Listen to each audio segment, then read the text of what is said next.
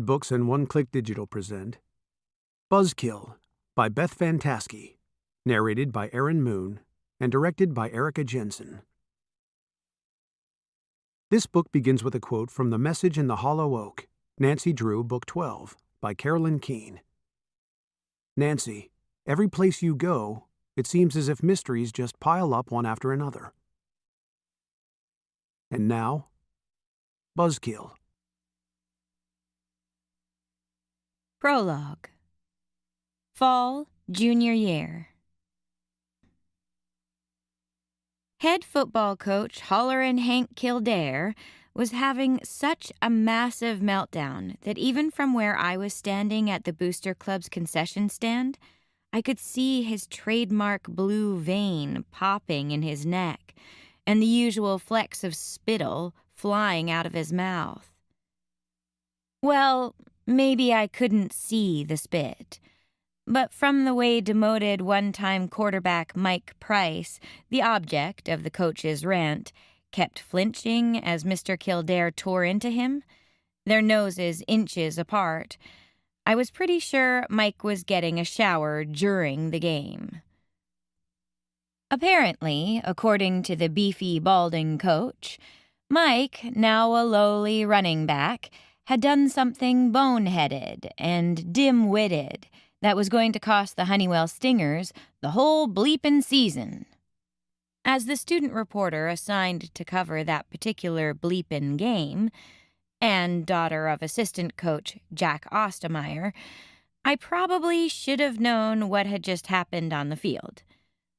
But the truth was, I didn't really like sports and hadn't been paying attention to the action, preferring to focus mainly on the book I'd brought with me, Understanding Kant, Concepts and Intuitions, and my pack of Twizzlers.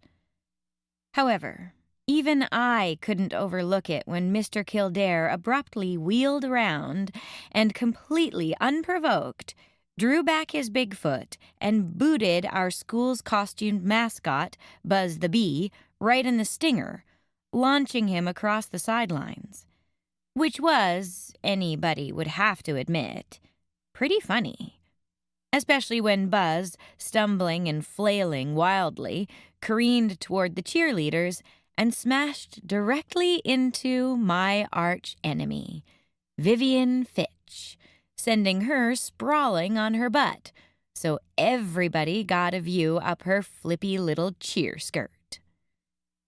That really should have made me laugh, but I actually kind of winced.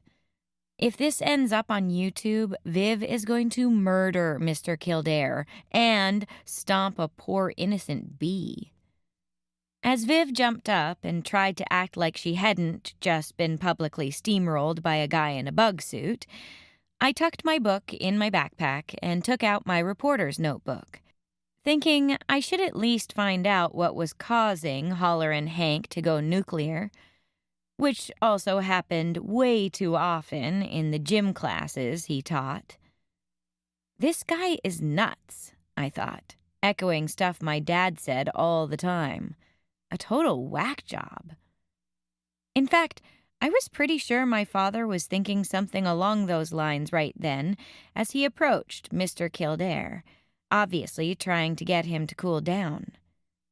My dad was rabid about football, too, but at least he didn't literally foam at the mouth, unlike Hollerin' Hank.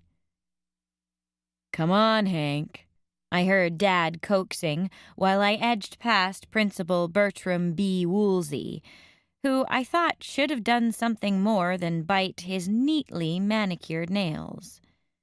And pushing farther through the crowd, I heard a lot of parents and other fans muttering about why a foul-mouthed blowhard continued to be allowed to work with kids.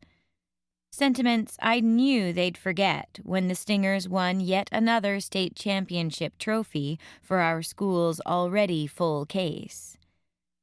"I think that's enough now," Dad added. "Enough."